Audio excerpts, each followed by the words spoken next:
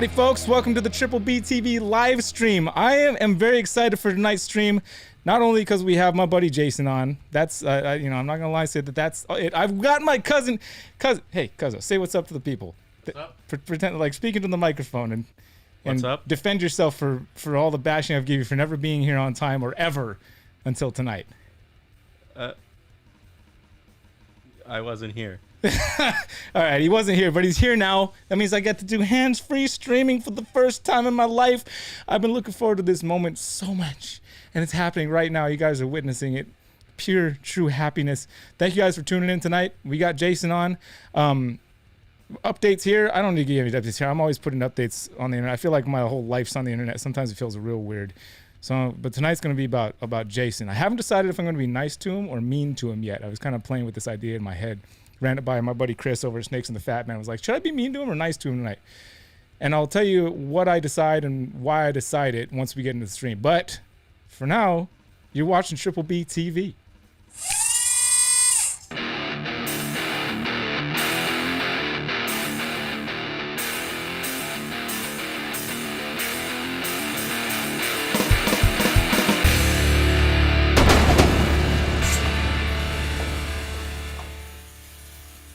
And ladies and gentlemen, without further ado, here is our guest, Mr. Jason Bigler of Morph Mixology Reptiles. Cuzzo, can you please kill that?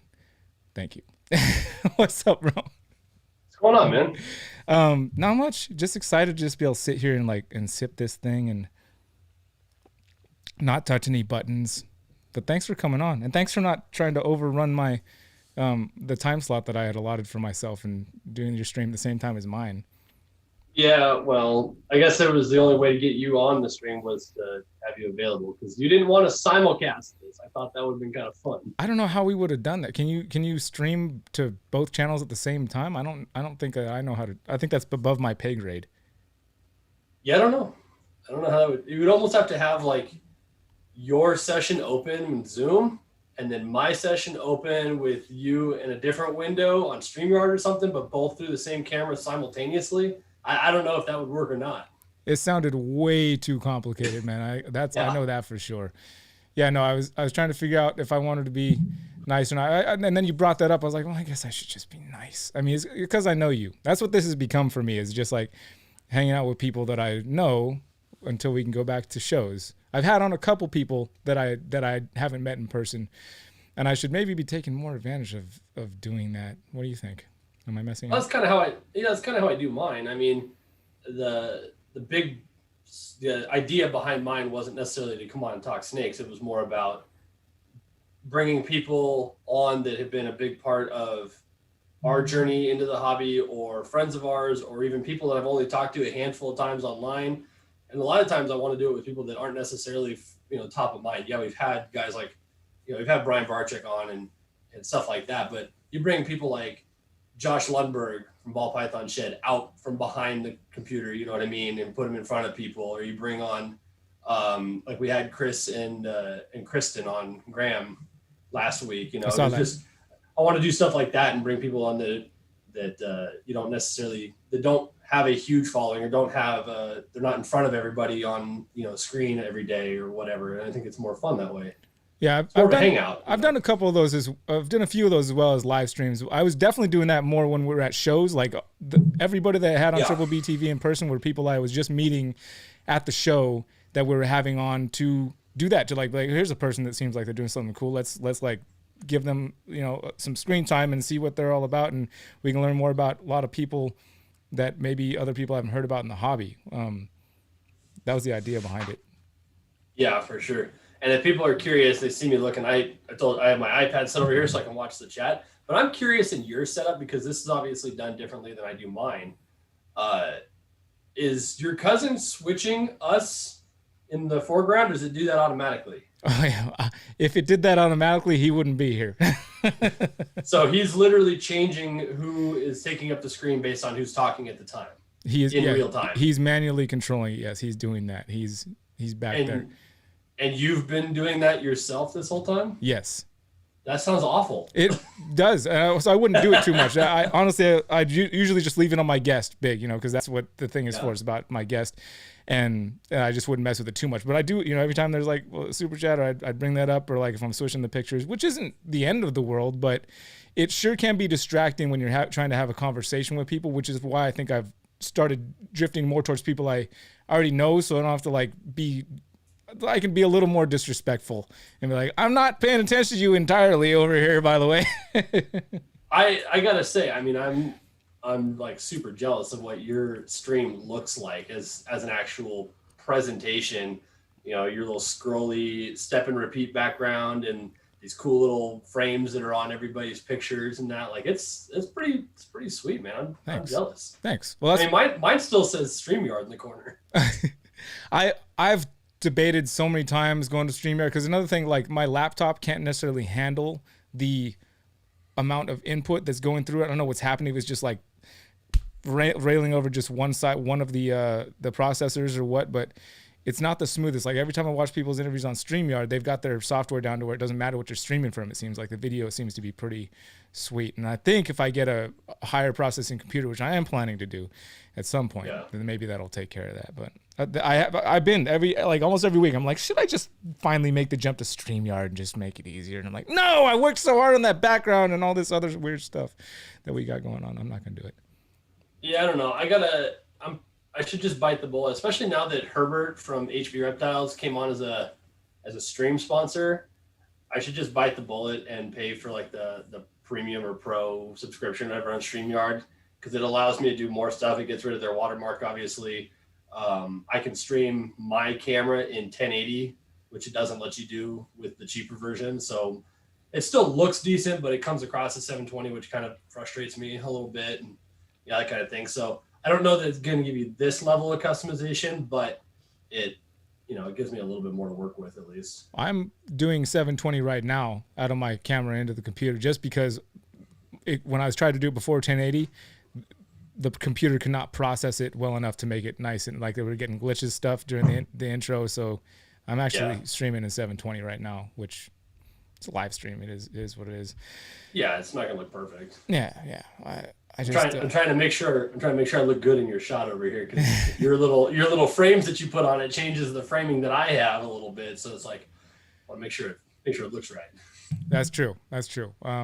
You pay more attention to that than other people. You do video. How did we meet?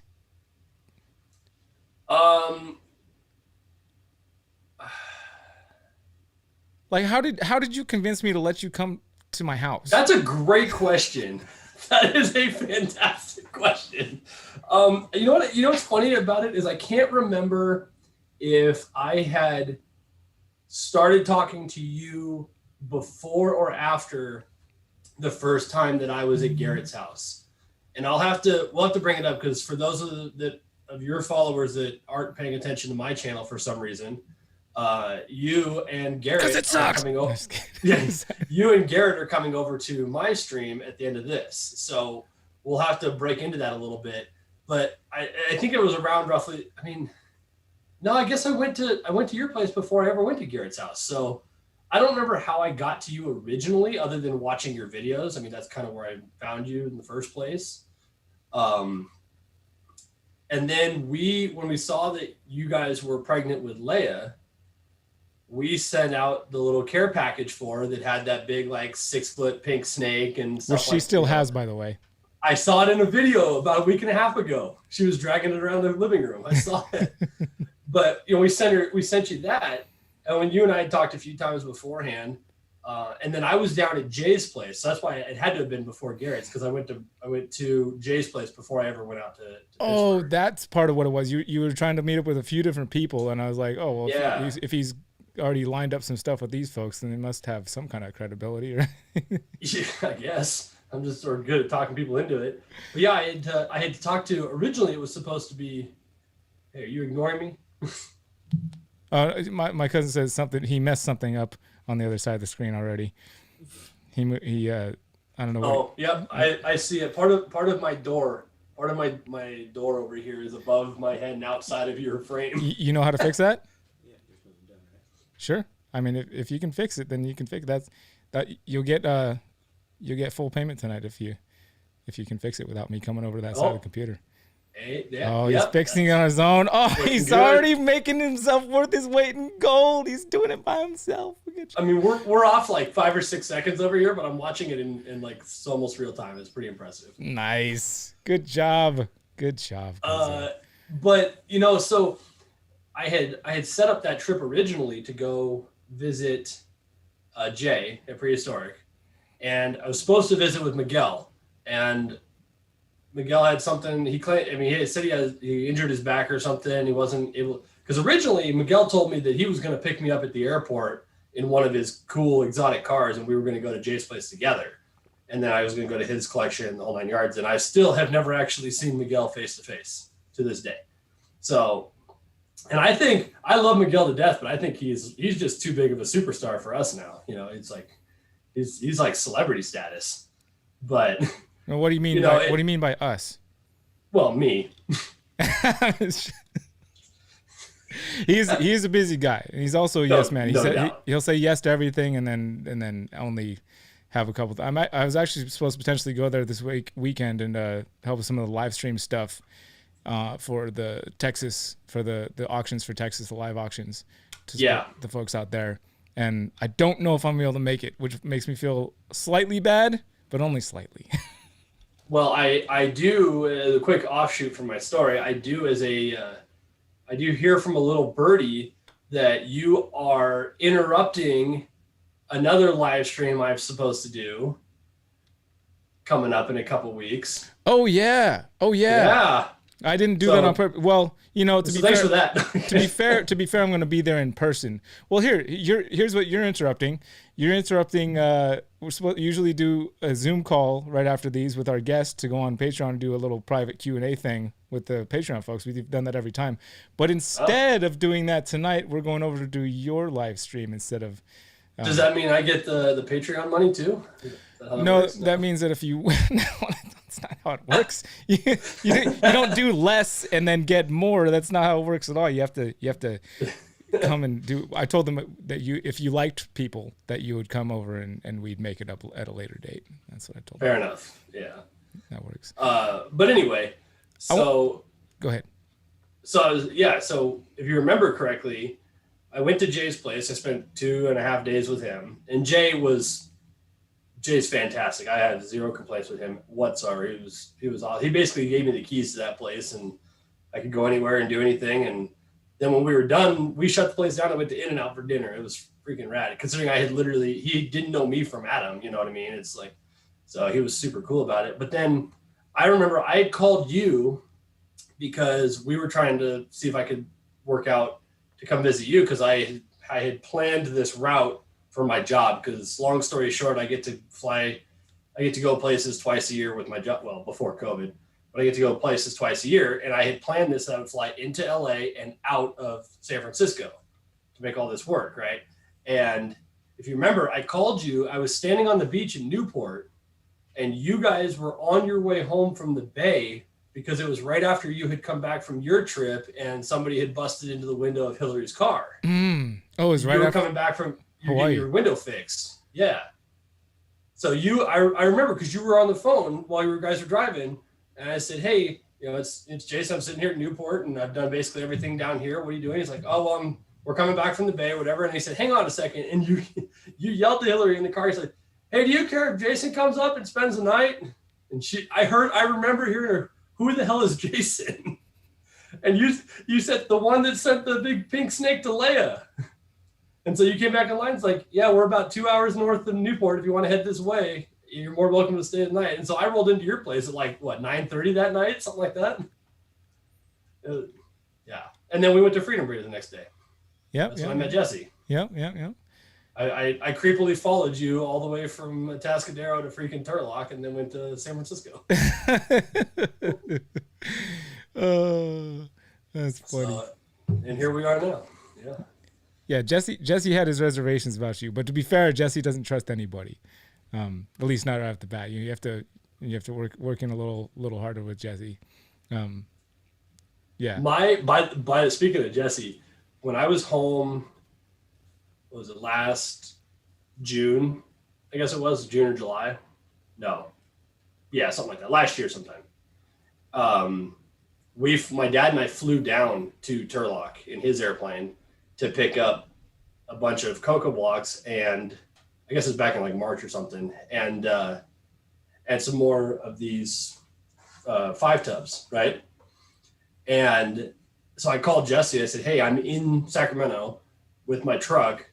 Is there any chance that I can fly down to the airport and pick up a bunch of this stuff, and that way I can take it home with me?" So we flew down. Jesse picked us up at Turlock at the airport, and we drove out to the facility to get all the stuff. And my dad, who is not a snake guy, he helped me build this room with like his eyes down, so he didn't, before I had gray tubs, so he didn't have to see any of the snakes. Like this, it's not his thing. He doesn't understand what I'm doing at all. But he was floored by what Jesse and those guys are doing. Because I tried to explain to him like what I was trying to buy, because none of this existed for me yet and whatnot. And he's been in manufacturing that before. But we walked in and Jesse started explaining like some of the racks and some of the things they're doing, the sales. We didn't do any snake stuff, obviously. And my dad was like, he was stunned by Jesse's work. So that kind of eased his acceptance into what I'm doing a little bit too, I think. Yeah, it's a little different world over there. I remember the first time I pulled up in there, I was definitely blown away. I can't wait for the expansion stuff that's happening. Like the new buildings should be going up soon, and like doubling down on production to get everything back under control as far as lead times. And yeah, I'm excited for the future over there, man. That's for sure. You got a lot of things going on over there too. Hey, can you pull up a pic of Jason's baby? Jason's got a new baby. Did you catch one of the pictures I put in that file, by the way? I feel like I got all of them, because I've asked for 4 or 5 pictures and you sent like more than that. Yep. I think that I got all of them, but congratulations, by the way. Thank you. Being a father, I mean, I think you probably know not. How is that? Dude, it's I don't even know. I don't know how to express that. I mean, you know as well as I do that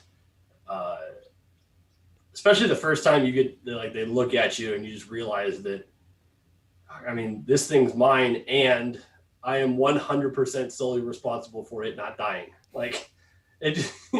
Are you still calling it?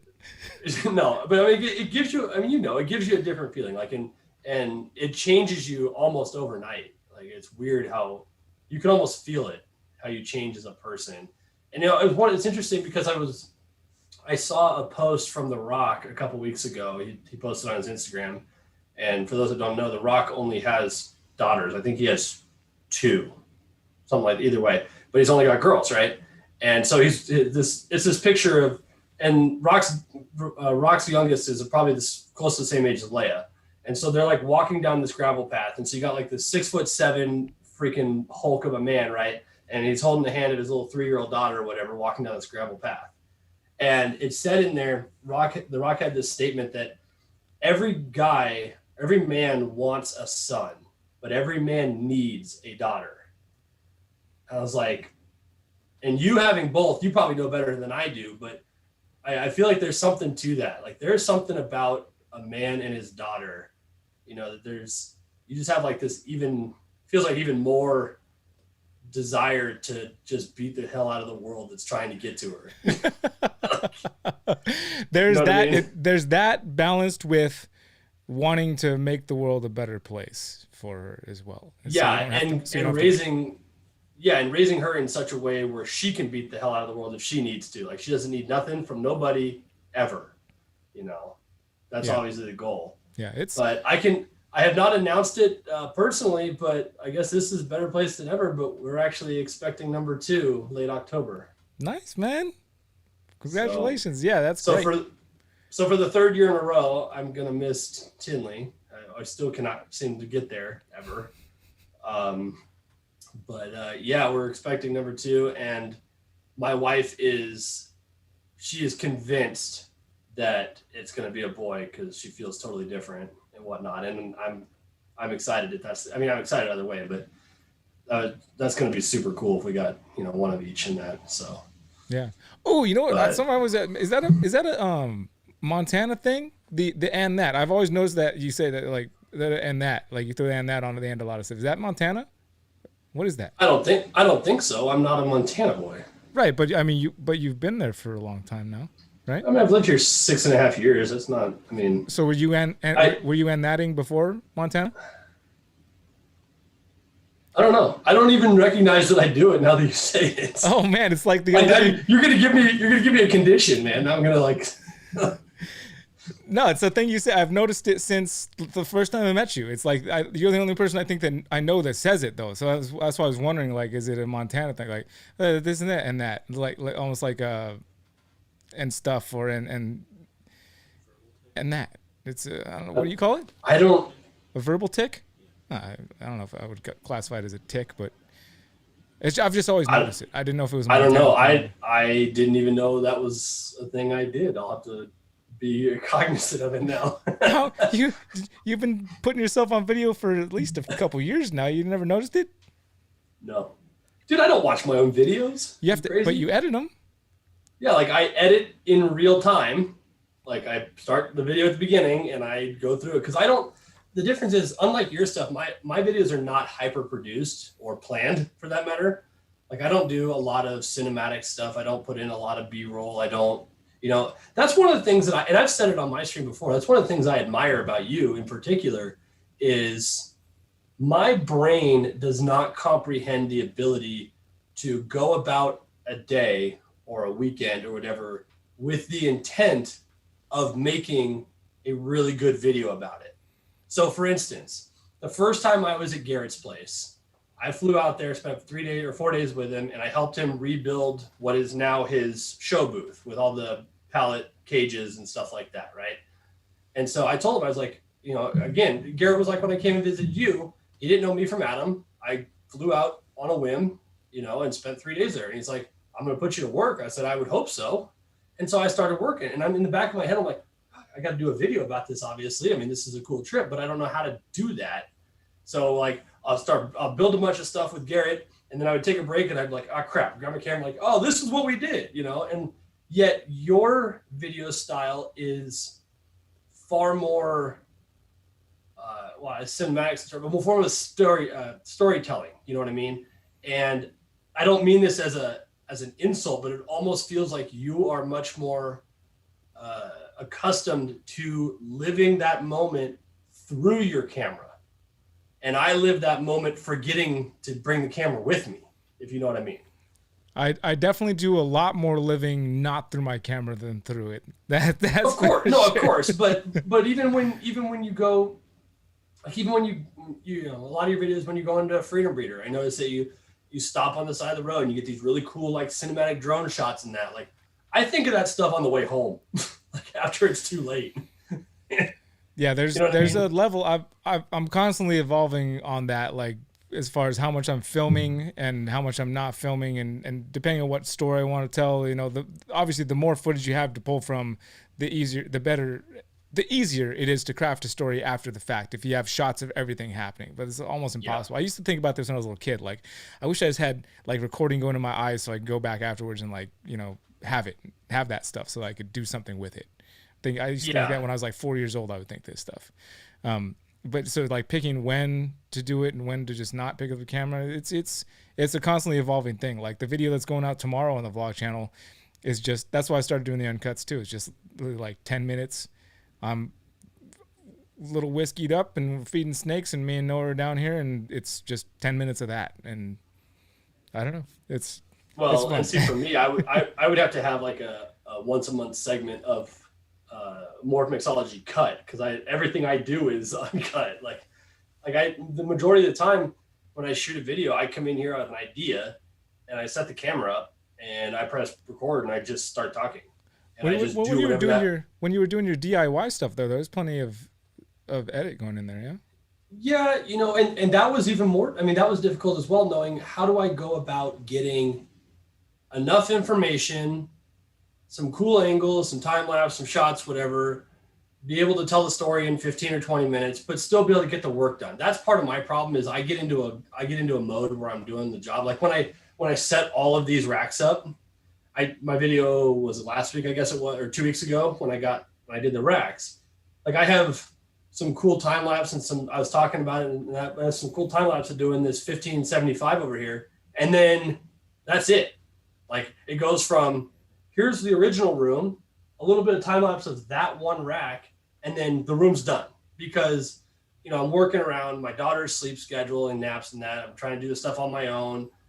I don't have enough room in here to keep things set up to do really cool shots, whatever. While I'm trying, part of the problem is it was like 12 degrees in my garage. So I had to bring everything into here, let it temperature acclimate, then build it, then get the heat on it, make sure it was all working, then move the snakes in so I could move the old racks out. Like I had like literally enough room to open the door to work in for quite a while. It was like, it doesn't make any sense for me to try to do a video in that environment.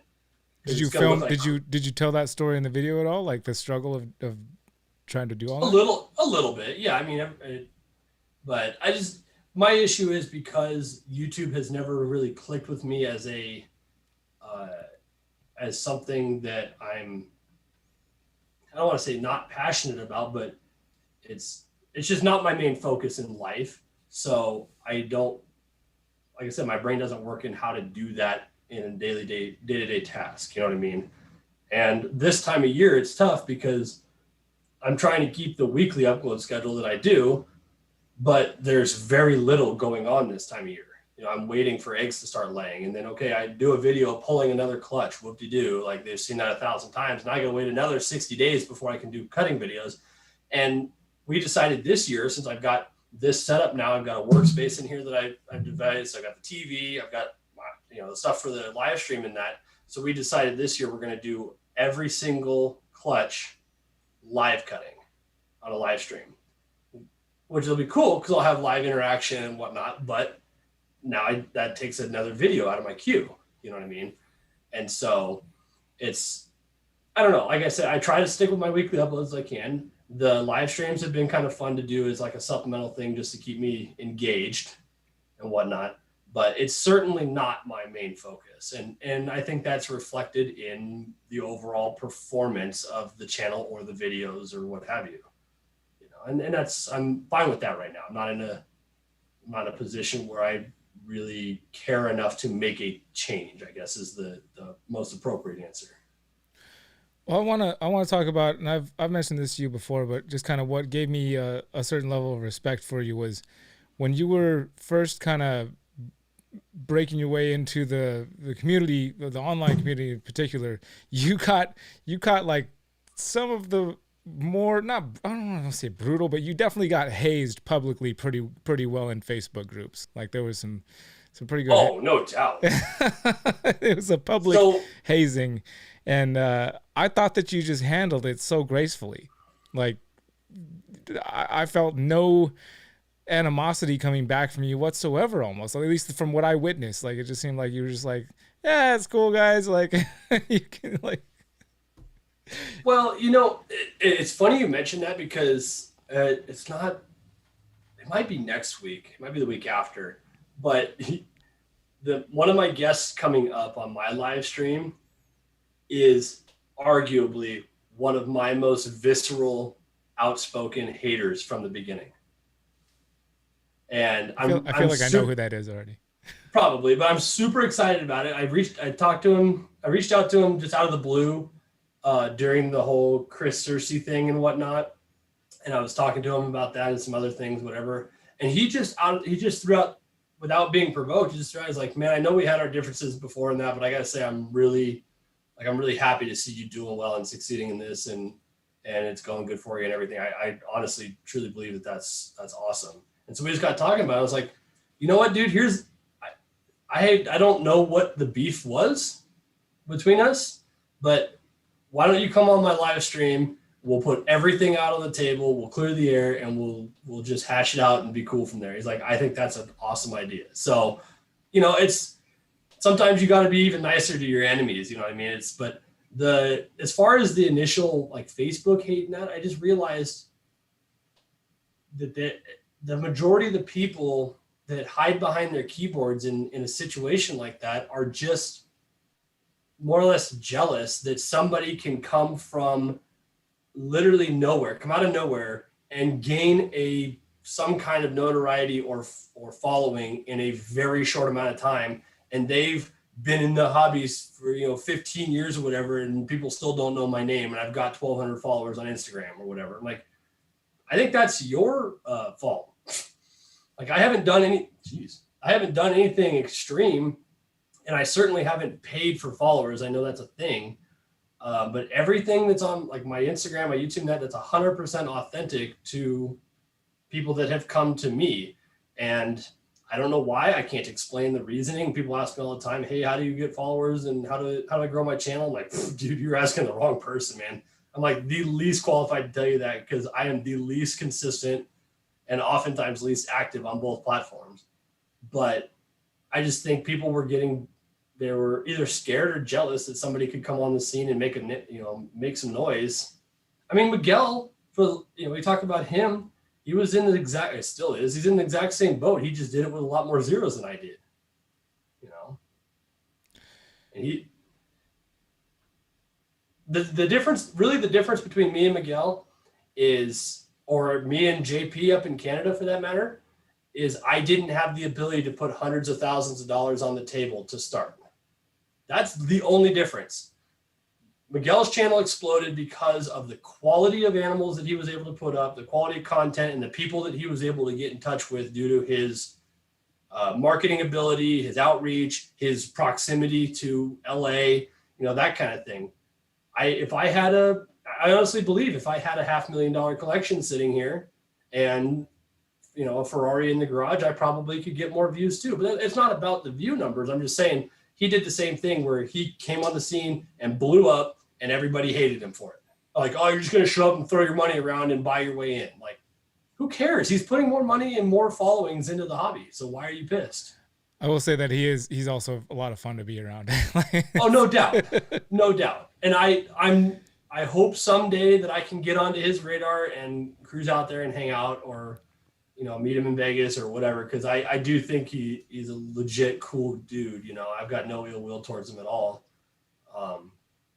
And I found out the same thing about Brian Barczyk when he was here, and then when I had him on my live stream, it's like, yeah, who cares about his fame? Brian's just a cool dude. He's just another one of us, and he's easily one of the nicest guys I have ever met.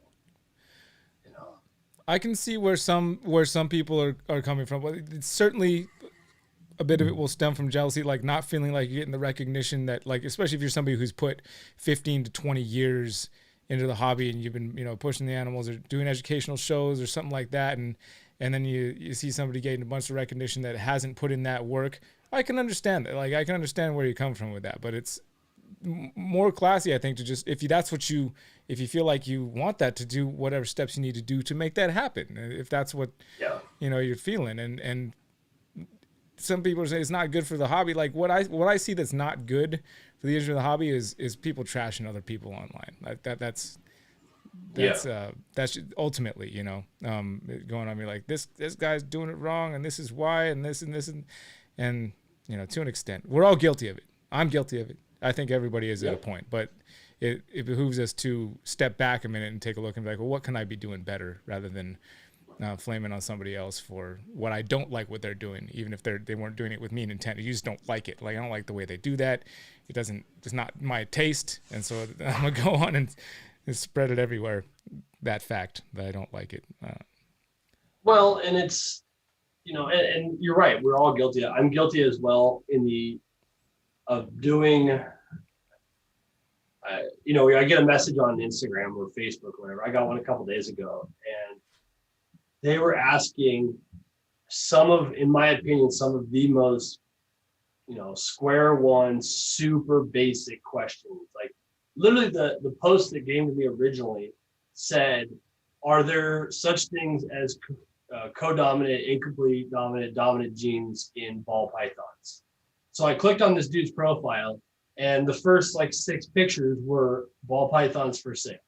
So my natural response was, without being an asshole, it was like, how are you asking these questions if you have ball pythons for sale? Like that's pretty basic. And he comes back, it was some like reptile shop or something or other, and this, that, and the other. And I feel bad because at some point I'm like, man, I don't have time to try to explain to you the last 3 years of learning I've been doing or whatever in 25 minutes. Like I've got a life, I'm dealing with my kid or whatever. So I'm guilty of shutting people down like that or sending them elsewhere in the same way that I was that person 4 years ago asking the people ahead of me the stupid questions, so to speak. You know what I mean? And it's like, so I do feel bad in doing that. And I've done it a few times, but I try to answer everything I can. But at some point, you know, you get to the point where your phone's going nuts constantly because there's enough people following you and everybody wants to engage. And it's like, at some point I can't just start with square one with everybody over and over and over, you know what I mean? And so trying to handle that without looking like a jerk is tough. Well, yeah, everybody's got to realize everybody's got a certain amount of time and how you're going to spend that time. The nice thing I like to do is like have things ready. Luckily, a lot of the questions that get asked, I've made a video on at some point, like a lot of them. Yep. So I just be like, here, just watch this. And you know, if you have any questions beyond that, then, and a lot of the time, yep, like whatever that video was, like that answered the questions they were asking. So that's definitely helpful to have that to pull on in those situations. But I one thing I do also make a point of is like if somebody, there's plenty of times, especially like in the last couple of weeks, the Instagram DMs were just absolutely insane. I deleted a lot of them without reading them because they were just like, you know, comments or this and that. Like I could never possibly reply to every single comment or reply to a story and still be able to do anything else that I do. But if somebody has a question, I always make a point, like if there's a question in there, like about anything, it's like, I will at least give a 1 to 2 sentence answer that has the best answer possible that I can give, you know? Because I think it's important. It's important if people ask questions, like I want them to get answered. If I can answer it, then I want to answer it. But to your point, like there's only so much time to spend doing that type of stuff. If you want to have any kind of real life outside of answering things on the internet to people you don't know. Yeah, and to be fair, and it's not, well, I guess it's not fair. One of my pet peeves, it shouldn't, but one of the things that bugs me about Instagram in particular, and I should just not let it get to me, but it does, is when you post a story, right? Like I'll post a story with the scaleless and like, this girl's growing like crazy. She's 350 grams now or whatever, right? And in that day, I'll get dozens of DMs, which are just story replies. And typically they're like the flame thing. Like you could do the 5 or 6 quick emoji responses to a story, you know? Mm-hmm. And I'm like, why? Like my phone, I react enough to my phone as it is because I do so much marketing on it and interaction with customers and whatnot that my phone goes off, I respond kind of thing. So I pick up my phone, I'm like, oh, God damn it. And I delete it, you know. I was like, it shouldn't let it get to me because it's engagement in what I'm doing, but it kind of does. Garrett just texted me and asked, "Are you live with Brian?" Wow, he's paying attention to something happening online. That's not like Garrett. Yeah. So, but you know, so that kind of bugs me, you know. I just need to let it go. At least they're engaging in what I'm doing, which is nice, you know. Yeah. Well, turn the notifications off on your phone, man. Turn off the Instagram and get to it when you can. If I do that, then I don't get actual, like, real DMs of questions and. No, you just go in there and check them manually, just so your phone's not vibrating every time you get an Instagram. That would drive me insane. I don't have that turned on. I don't think Garrett realizes what's going on. That's fine. That's usual Garrett. Because he just texted me, "Are you live with Brian?" And then he sent me the screenshot of the thumbnail for tonight, right? And says, "What happened to this?" It's in 25 minutes, Garrett. Calm down. To be fair, I could see where you get confused. It's like Brian and Jason on a live stream. I'm supposed to be there, aren't I? What's going on right now? I get it. We should. Oh, he's probably watching now. But I was saying we should go into that and just act like we forgot about him. Dude, when I had Justin on one of the live streams, I think I've only had him on one so far. Yeah, just one of them. It was his idea, and it was fun. Like, cause Justin's such a he's a very fairly straight edge guy. So when it was his idea to like, let's act like we just finished the stream. Like we just did the whole thing when we come into it live, act like we're finishing up. I was like, all right, yeah, let's do that. Sounds like fun. We, by the way, I don't know if you're watching the comments, but we're both getting shouted down here. Chris Sexton says that I ghost him daily, which he knows is complete crap. And Herbert, HV Reptile, says Brian doesn't answer my texts with 3 cryy faces. Does he have my phone number? I have no idea. Okay. I talk to both of those guys almost daily. Let's all cry together. Hey, can we show some pictures, please, Miss? I got some more pictures Jason sent over. I'd like to show and talk about, please, sir. Betsy Ross. This is Jason hanging out with our big purple albino. Garrett is definitely watching. All right. I'm getting texts from him. So this is probably one of my favorite pictures that you have taken of me, which is a very small number of pictures, but I try. I like people to look good in the pictures I take. And look, my wall's still not painted back there. That must have been a while ago. This dude, I had to go all the way back to like 2018 or something to find this picture. But I love this shot because of the composition, because it makes Betsy Ross look about 40 feet long, right? But it's just such a cool shot, because when I came to your house, Jay had kind of broken me in with his giant snakes, obviously, but I was very newly over my fear of snakes in general. I only had maybe 20 animals at that point, something like that, and they were all ball pythons. And I go down to Jay's place, and he hands me a freaking 18-foot, 200-pound mainland, right? And I was just like in awe. I was so freaking excited to go play with giant snakes, And so this was fairly soon thereafter. I mean, this was a big deal for me, having just recently gotten over the fear and now dealing with big animals. It was like when we took what's your berm's name? I can't remember your... Roxanne. When we took her out, and she's obviously super talkative, and I'm like nervous, but just a big teddy bear. But I love this picture. This is super cool. And I show this to everybody when I talk about some of the big snakes I've got to play with. I was pretty happy when I saw it. I was like, oh, that is a pretty decent shot right there. I like it. Yeah. The funny thing, speaking of Garrett, that spot right there, that actual particular section of rug is where I found him asleep one night with no pillow, no blanket, just, he's like, it's time to go down. I think there were still people hanging out in here. It was Carpet Fest, and people were like hanging out and doing a thing, and he laid down right there and just kind of went to sleep in the middle of the party. And that's why I still have his old school sticker set front and center on my snake room door. It's like, all right, you earned that sticker replacement. Just go to sleep right there on the floor. No pillow, no blanket. That kind of seems like his MO, because if I remember the video correctly, the one that started the whole searchables as reptiles idea was the two of you laying head to head on the floor of the Tinley house.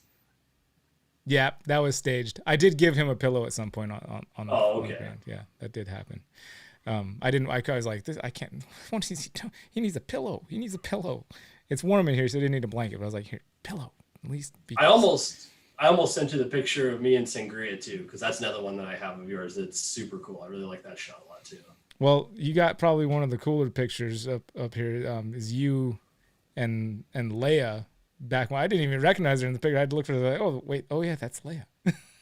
Yeah, because she's only about as old as my daughter is now when I was there. Something like that. This picture is super cute. I love this shot, except for my baby face, because that was before I realized that the airline does not really care if I shave or not when I fly with them. The FAA told me I had to, so I did, and now I just don't bother. But no, you took to the kids real easily and quickly, which was actually kind of impressive for me. Well, the fact that you had no kids of your own at that point, and how well you seemed to do with kids not having any of your own. I was like, hey, this guy's all right. I've always been fairly good with kids in general, but and I know the boys seem to have a lot of fun too. That was pretty cool. Yeah, you guys are having fun. I want to fly down some of your other pictures here before we're kind of getting to the. You got this is obviously a scaleless ball python. That's obvious to anybody who's familiar with it. Can you tell us a little bit about this scaleless ball python here? Well, that's actually a fairly old picture, so I'll just grab her because she's right here. It's from a scaleless head to scaleless head pairing, and exactly the odds as they should have been, 1 in 4. But she's about 350 grams now. Pastel scaleless, possible entry. I'm starting to think not as she gets older, but I mean, it is possible. And she's an absolute garbage disposal, eats everything I put in front of her. And for the most part, sheds great. Although it seems like she is indeed in shed basically all the time. You know, she eats in shed. And for those that are curious, I keep her exactly like I've said on my channel, exactly the same as all of my other hatchlings. She's in an FB10 tub with cocoa blocks and does just fine. And when she starts, the only real way you can tell that they're starting to shed is in their eyes, because you obviously don't see that bluish hue, that kind of smoky look on their body, because they don't, you don't get that milkiness or whatever underneath the scales. So you have to wait until you can't see their eyes anymore. And then I just mist her maybe every other day. And she sometimes needs a little bit of help, but you can definitely tell when the skin is ready to shed. Like, it's like peeling a sunburn. You know, you can grab hers, and it's like pulling from the skin, you can see it, so you let her go. Otherwise, you can literally just like roll it off. It's really bizarre, but she sheds great.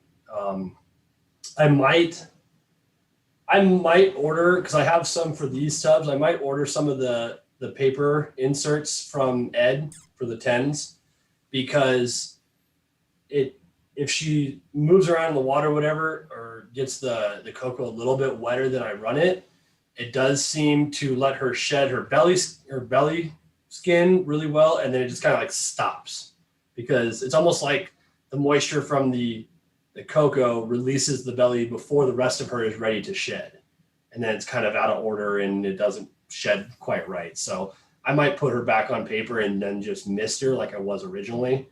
But aside from that, she's doing fantastic. Awesome. And she's growing faster than any hatchling I've produced this year, hands down. Wow. I know people are still waiting to see a female on eggs. Seems to be one of the things that's still out there, is like, when are we going to see female on eggs? Which I guess it should be coming up any time now, right? If it's going to happen. Yeah, you know, I've talked to Earl at Lone Star Reptiles about it a lot. And he was on Billy's podcast a couple weeks ago talking about it. And I had heard from him that we should see 2, maybe 3 this year if it's legitimately viable. And he said if people are going to be super quiet about it and keep it hidden, I will do it myself, whether it works or not, and I'll be 100% transparent. So, yeah, you can count on Earl for that. Yeah, but he's still a year or 2 out, you know. So she's been listed for sale. She's on Morph Market and that. But in all honesty, I'm kind of just glad she hasn't sold. You just did it, by the way. She's on Morph Market and that. Oh, yeah, I guess so. Who knows, man? It's just filler. It's better than ums and stammering, I guess. Oh, yeah, I agree. I just never heard anybody do it before or after you. So I was just curious, like, where it comes from. That's weird, but she's on Morph Market, and like I'm kind of glad she hasn't sold. And obviously, if somebody proves that they are legit and viable, I'm already ahead of the game because I haven't bailed on all my females. You know what I mean? So, if it gets to the point where for some reason they prove that they cannot be done safely, then I just have a really badass pet that has no scales. You know what I mean? But I have a hard time accepting that it's not viable. However, the fact that nobody has produced any information, any video, any photos of adult, 1,800, 2,000, 2,500 gram females locked up, ovulating, any of that, and they don't even want to discuss it, it does make me a little concerned, because my theory is he who has nothing to hide hides nothing. You know what I mean? And so even like it's almost like by not saying something, you're admitting it doesn't work, kind of thing. So that concerns me a little, but I have a hard time believing that they're not viable. with the exception being like the desert females. Like that's just a bizarre abnormality in the gene splicing that for whatever reason the eggs don't make it through the oviduct correctly. That's just, I don't know why that is. I don't know. I'm not a biologist in that, but people are concerned like that without scales that they're not going to be able to survive the swell of an ovulation or the passing of the eggs or whatever. And I think to myself, that logically does not make any sense, because any of us that have looked at our animals when they're ovulating or when they had a big meal or whatever, the scales stretch to the point where you can see the skin between them. That's that skin. It's not different skin. So why would that be any different? It just doesn't have the protective layer from external forces, not from the stretch. So could be. Yeah, it's interesting theory, because scales are actually, I mean, they're basically folds in the skin that are coated. So you have that amount of play there, like where the folds are, it can move apart because it's actually a fold in the skin that gets covered with the keratin. So yeah, it's potentially, I mean, I'm curious to see, like, it seems like it's been a question for a while, and I know, like I said, it should be coming up any time. So I think a lot of us, most of us that are even not in, I've got one like scaleless head animal up here, so I don't have like a huge vested interest in how it outcomes, but regardless, even if I didn't, I'd still be curious to know, like what is it, like what's going on with it? I want to know. Well, real quick, I will say for anybody that's curious, we're going to be at least one part of one day at the Herps KC show the end of next month, or the end of this month, sorry, the 27th, I think it is, in Kansas City. We're going to be at Josh Lundberg's booth, Ball Python Shed, and she will be there if anybody wants to come see her. I'm sending her and a handful of animals down to Josh, and we're going to put them on the table. So, well, we're getting anybody's in the area. So. Awesome. We're getting close to, I know we're going to have to wrap up here just pretty quickly because we have to be on time for your stream that's happening right after this. But I want to at least get through the pictures you sent me. And then if anybody has questions for Jason's in the chat, then please drop them in the chat right now. But let's take a look at, here's this picture. Obviously Jay and the whole Barcheck crew came by your place, which I think for anybody that has started a YouTube channel in reptile world would be pretty stoked to have this crew come by your house and do a video. I mean, right? This was arguably one of the coolest moments I've gotten to do. I was trying my damnedest not to be fangirly and, starstruck in that. And the more I talked to Brian, the more that was easy enough to do because he's just another cool dude. But for somebody of that social stature, especially in this hobby, to take time out of their day and out of his trip, a trip that he was making with his son for his birthday, right? To come by my house and my little 160 square foot collection and support us and do some videos for the channel and teach me how to ultrasound, and that was a super cool experience.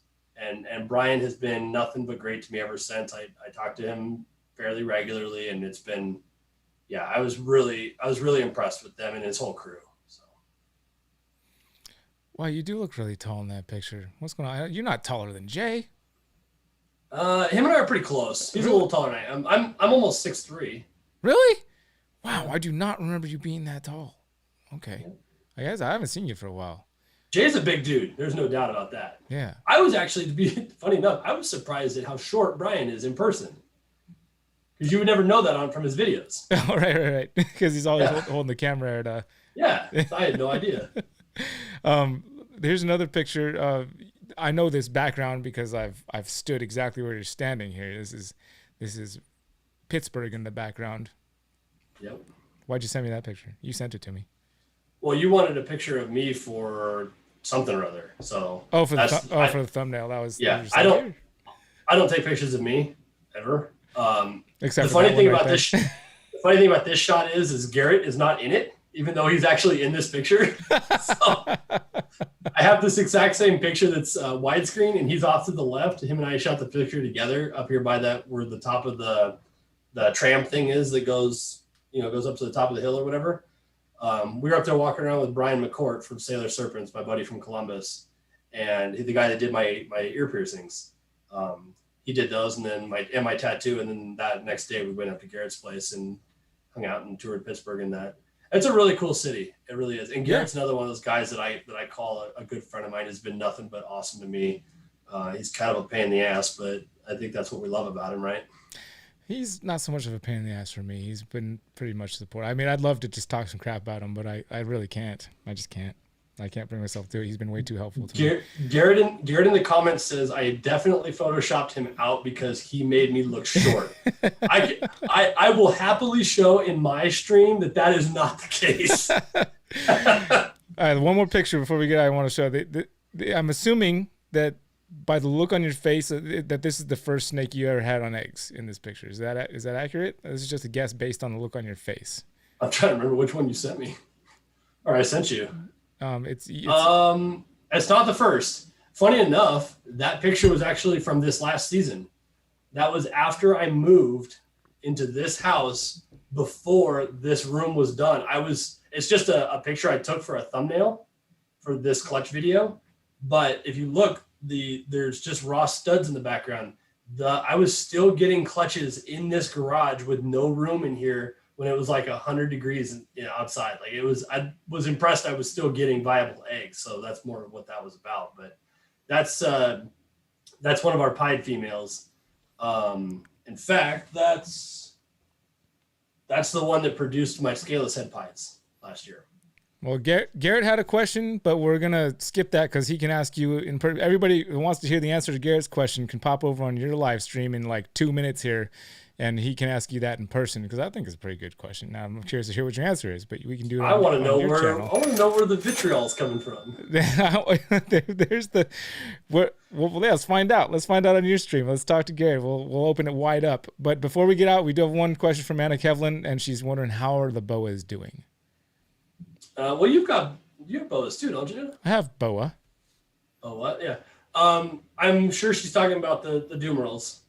And the last time I last time I ultrasounded her about 2 or 3 weeks ago now, she was at like 34 millimeters. Brian kind of gave me an idea. Brian Varchek kind of gave me an idea of what that means. Their eggs obviously they obviously get a lot bigger than ball pythons. So I don't know how far we are from an ovulation because 35 millimeters in a ball python would be ovulating, obviously. And I have not seen an ovulation yet, and I've never seen them locked up. That does not mean they haven't. I mean, I've left them in here for 2 weeks at a time. It's not a big deal. So I'm hoping that we get a viable litter of Doomerals this year. That is number one goal. And I do have a lot of people that follow me know Jameson, my albino boa. He's actually sold, and I'm replacing him with a proven breeder female, identical version of what he is, albino boa. So I'll get a cool male for that, and I'll have regular boas here before too long too. So. Awesome.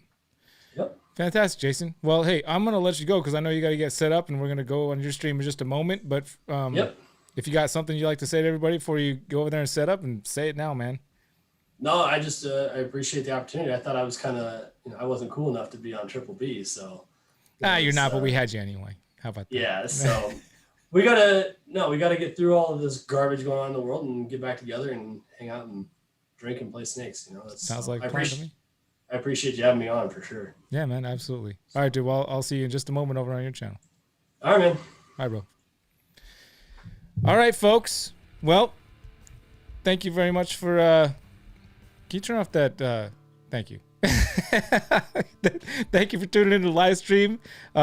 As you heard, we are going on a live stream right now with myself and Garrett on Jason's channel, and there's a link down in the description for that, as well as a link down in the description for Jason's channel. And go find that. We're literally going to jump over there right now from here. I'm going to pull the computer over to this side, and I'm going to go on. And if anybody was wondering about this thing that was sitting here on the table during the whole stream, my cousin brought it. Apparently, he was at his mom's house, and they made this with the 3D printer. I was like, well, sure, I'll just set it on the table. Why not? I mean, that's kind of cool 3D printer work, I guess. There it is. But thank you again for tuning into the stream. Next week, we're going to be live in person with Joel from State 48 Exotics in the flesh, but live. And that should be fun, and it should be great. And we're going to do it, and we're going to have a good time with it. And cannot wait. I hope you guys are having fun out there, whatever you're doing, and we will see you again very soon.